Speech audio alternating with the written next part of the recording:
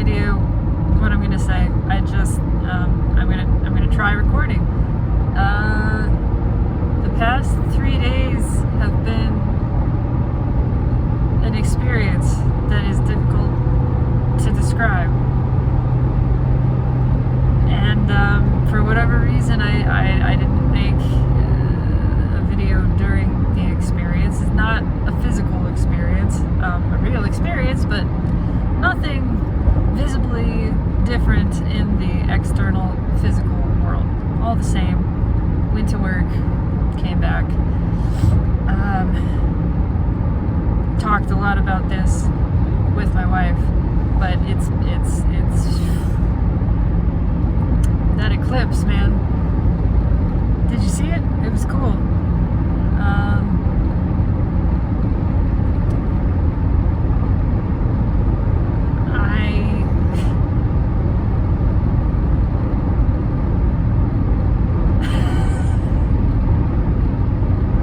I don't know how to put this into words. I released something. So I've been doing this thing since this past weekend where something comes up, I notice whatever thoughts, feelings of strong resistance, or suffering, as it were, thoughts of annihilation. And I ask, have I believed that this was helping me? Did I believe that this was doing something? What have I thought that this was doing for me? And I've recognized several times that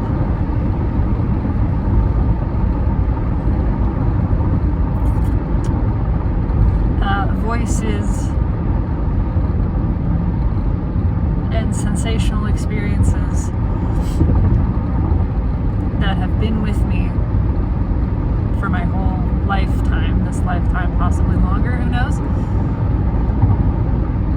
are things that I agreed to, and possibly even it seems very likely now that I created, that I asked to be there, that I, in a place of ignorance and not understanding, right? So I don't feel ashamed. I don't feel, there's no judgment, and I don't feel that anything has gone wrong. There's just a clear, view of. So I called the experience of suffering to myself because I thought that it would do something for me. I thought that it would make me stronger. I thought it would make me better.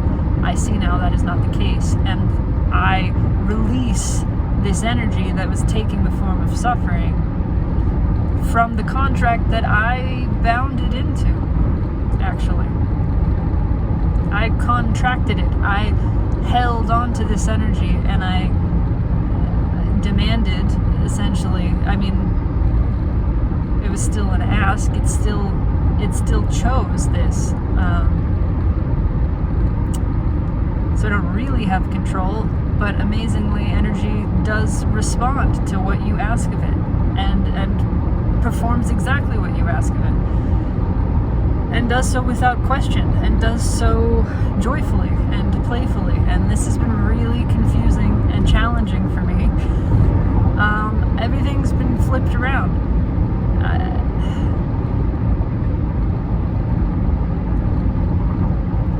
I have seen that suffering is just a form of energy, right? Energy in a box, energy playing a role, and playing. From its perspective, truly playing, like this is fun, having a fun time. Not serious, not meaning anything, just fun. Okay, this is the role that you want me to play. This is what I'm going to do because it's fun. Because all I want is to play, and this is a way to do that. Okay, and it will keep playing that role for as long as you ask it to. and you keep asking it to, I kept asking it to for as long as I thought it was doing something for me. As long as I thought it was making me more than I am, making me stronger, more secure, improving, bettering, right? Somehow adding to me. It wasn't doing anything. It wasn't doing anything. Nothing really was happening. Nothing can. Everything already is. It's complete. I'm complete. I cannot be added to or subtracted from. Nothing can change me. I am. And so it started with suffering, with realizing that, yeah, I did have a belief that this was serving me, right? This was of benefit to me in some way. In some way, this suffering, this energy that I asked to perform this role of, essentially beating me over the head, I thought it was strengthening me. I thought it was making me more. And in seeing that it wasn't, I was able to say, thank you, this is pointless, and it's over.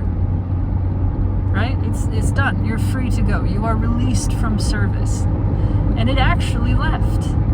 And that was the first time. And of course, in this discussion with suffering, I felt I had not yet realized, in my first discussion, I had not yet realized that truly I had made this decision, that I bound it to me. It took another day of experience and examination to recognize, oh my God, I enslaved this.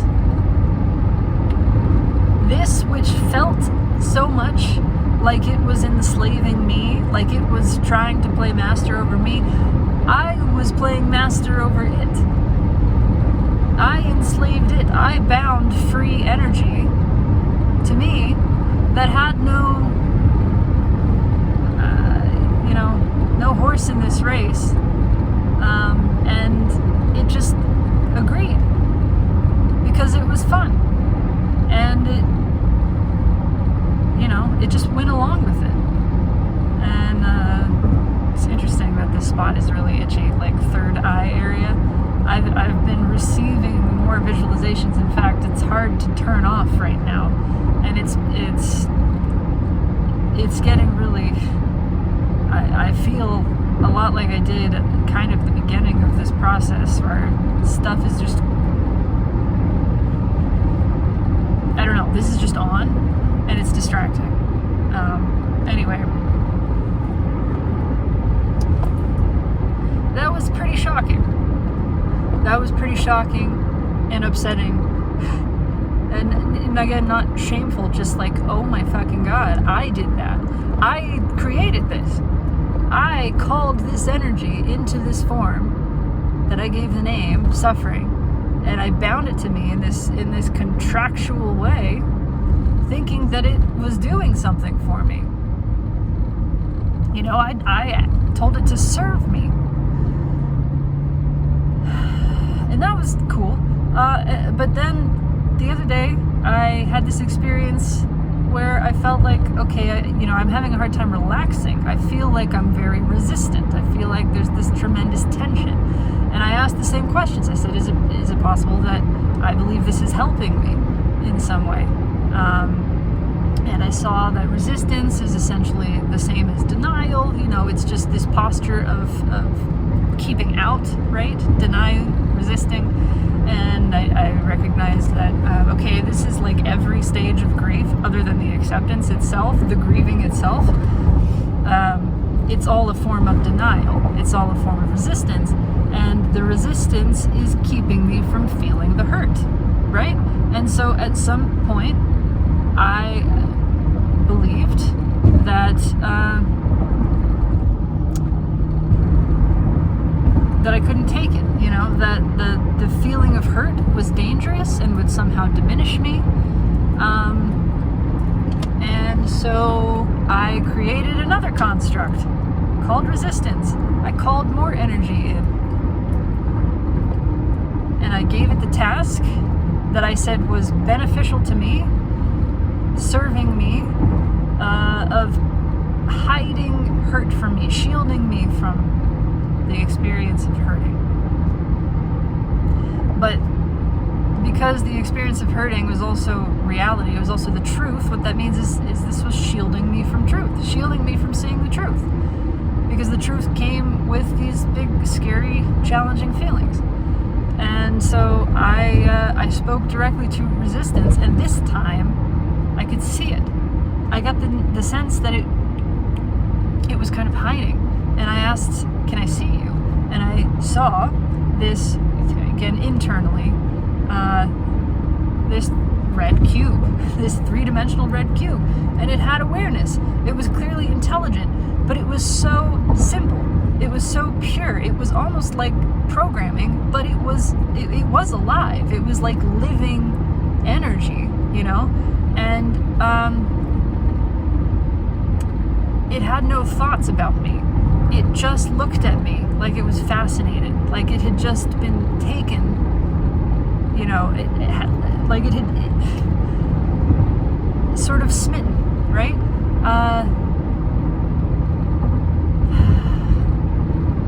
And it just said, I protect you. And I bawled. I started crying. I cried for probably 20 minutes, feeling this energy like a loyal dog, you know, like it just was so pure, so unquestioning, not suffering, not like in pain, just doing what I had asked. Like at some point I asked, shield me from this, and this energy responded, and it took on this form. And again, it was like bound to me, because again there was this subconscious, sort of this deep belief that this was necessary, that I needed this, that it was helping me in some way to stay safe. It was increasing my security, right? And so I realized that it wasn't. And I cried a bunch more, and I saw, and I just felt that trapping this energy in this way didn't feel good. And I, you know, like caging a wild animal. And so I wanted to set it free, and I did. And I brought it into my heart, and I said, thank you for doing exactly what I asked. Thank you. And you're free now. You're free to go. I would like you to go. And it just dissolved. It like went into me and dissolved into all these particles of white and red, and sort of went up and away. And I felt that leave. And then I felt really lonely. I felt lonely. I felt vulnerable. And then I was just sitting with those feelings. The next day, I'm recognizing, okay, there's like fear, and there's sadness coming up, and there's confusion, and there's loneliness, and I'm just saying to myself, this is all okay. You're absolutely allowed to feel all of these feelings, and to feel the feeling of wanting comfort, of wanting assurance, like to feel that feeling. That's okay. And I had a moment of sort of, in allowing that, like directly connecting with the energy of comfort. But it didn't feel, I don't know, in that moment I didn't question it.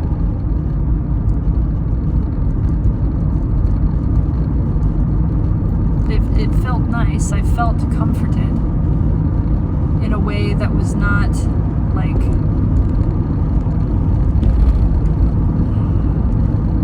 a separate thing comforting me, you know. It was just like energy, which I am, comforting, asking for comforting, and if there's energy that wants to do that, then it's welcome, and it came. But then I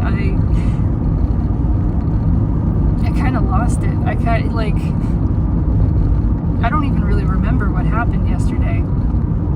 I could just see and sense and feel like, oh my God, we've been doing all of this. Like we have created all of this. But it goes so far down. binding this energy into different forms, into constructs to serve us, when that's not what energy is meant to do. Like, that's not what it can do. It'll play. It will play any role that you give it because it wants to play.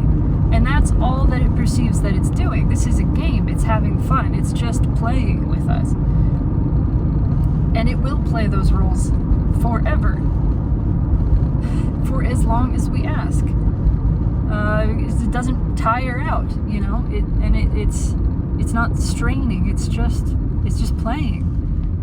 And it is doing so because it wants to, but it's so ready and willing and desiring. Like, its desire is so uninhibited that we can so easily take advantage of it. And it doesn't perceive it that way. Again, it's like, it's not suffering, but, and here's where I'm just getting all fucked up, you know? I don't know what parts of this are remainders of shame, but it just, like, there's something that doesn't feel good. Like, I know it doesn't feel good to be bound, right? I don't like that feeling of being painted into a role and never allowed to be anything else, and not being seen as myself, but just as this role. That doesn't feel good to me. So why am I doing it to this energy, just because it's willing, just because it doesn't appear to be suffering in it? That doesn't feel good. That doesn't feel good. So there is all sorts of, like, fuck, what have we been doing? What have I been doing?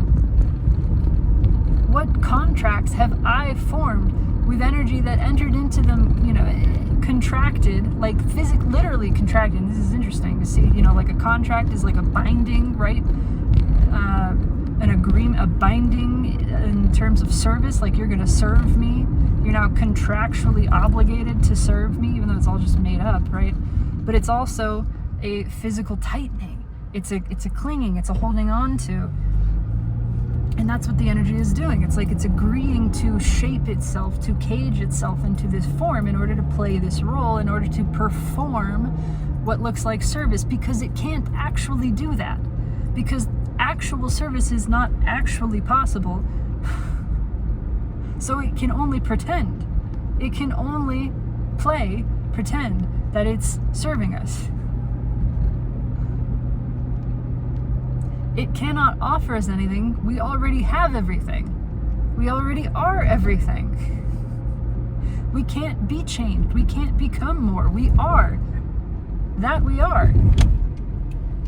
So, but the energy just wants to play, and it doesn't say no. I mean, it just is. It just is its own complete. It's never confused about any of that. It's its own complete satisfied. Like, it doesn't need us for anything. It just wants to play so much. It enjoys it so much. It's so pure. And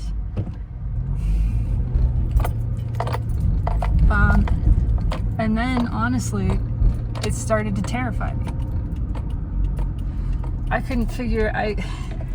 The brain is just, you know, reeling, and I know it's trying to figure things out that are unfigure-outable. This isn't meant to be, like, comprehended by a three-dimensional brain, but you know, it's like at various times it appears like a child, and then like this incredibly vast ocean, and it is unconditional. Like, it does not carry any conditions, and it is loving. It is joyful and appreciating and fun having every moment. And it seems to just be absolutely fascinated with us, with like the eye that's looking back at it. And, you know, I'm sure that I know that we're not different. It's like at certain times I can feel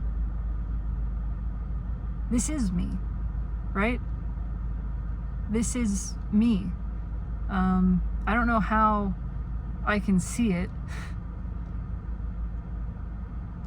But something is happening that's like, this is me, and I am also, looking at myself, and there's just mutual like appreciation happening. But also I am me. It hurts. It hurts. And what I was feeling this morning was that this presence, it is presence, right? It's the presence of love, but it's conscious, it's aware, it's like seeing. And so it can feel like this massive creature, almost like a conscious ocean with all of this awareness directed at you. Like you are in this spotlight, and this thing is just limitless and flowing love, towards you. And that can feel terrifying. I feel incredibly small and exposed, just like a tiny naked child in a spotlight, an infinite space that is aware. And wanting to flow love over me, and I'm terrified of that. I am terrified of unconditional love. That's what I'm experiencing.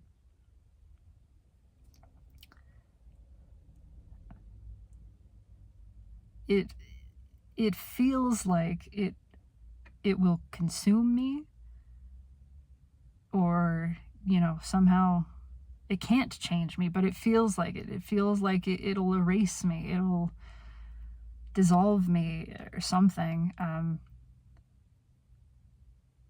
I know it could, I guess, dissolve any ounce of false self. And maybe that's what's afraid.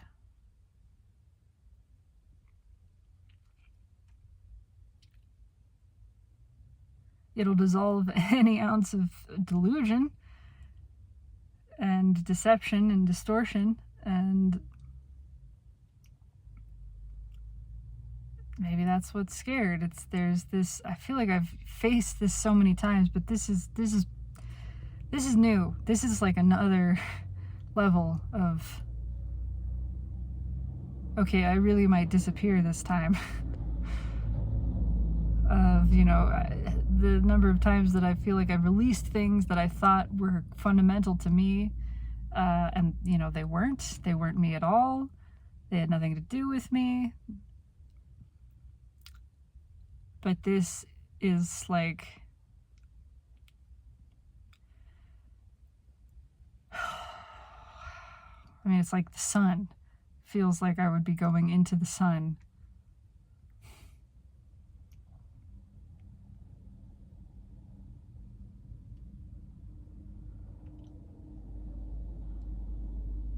Anyway, I need to go inside. Yeah. I'm fucked up, man. I feel pretty unsteady and disoriented and frightened and small.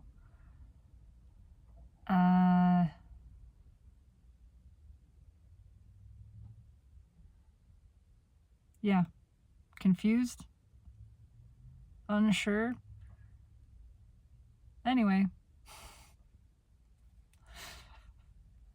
Happy eclipse. It's all good. It's all good. I know it is. I love you. Take it easy.